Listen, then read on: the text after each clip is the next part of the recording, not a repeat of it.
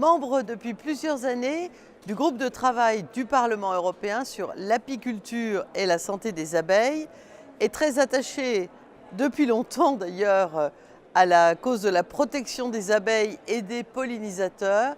Je suis vraiment ravie de l'adoption du rapport du Parlement européen, de notre travail sur les perspectives et les enjeux du secteur apicole européen.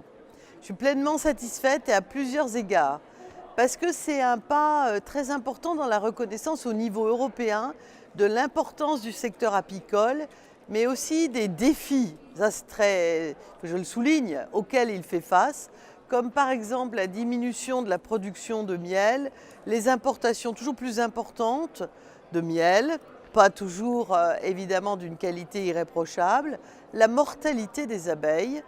Et je me réjouis du rôle indispensable évidemment des apiculteurs dans la protection des abeilles.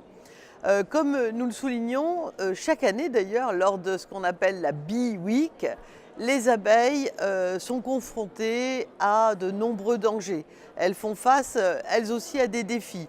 Changement climatique bien sûr, diminution des plantes mellifères. Vous avez sans doute entendu qu'il y a plus de miel produit dans les grandes villes que dans les champs comme autrefois quand pour ma part j'étais enfant.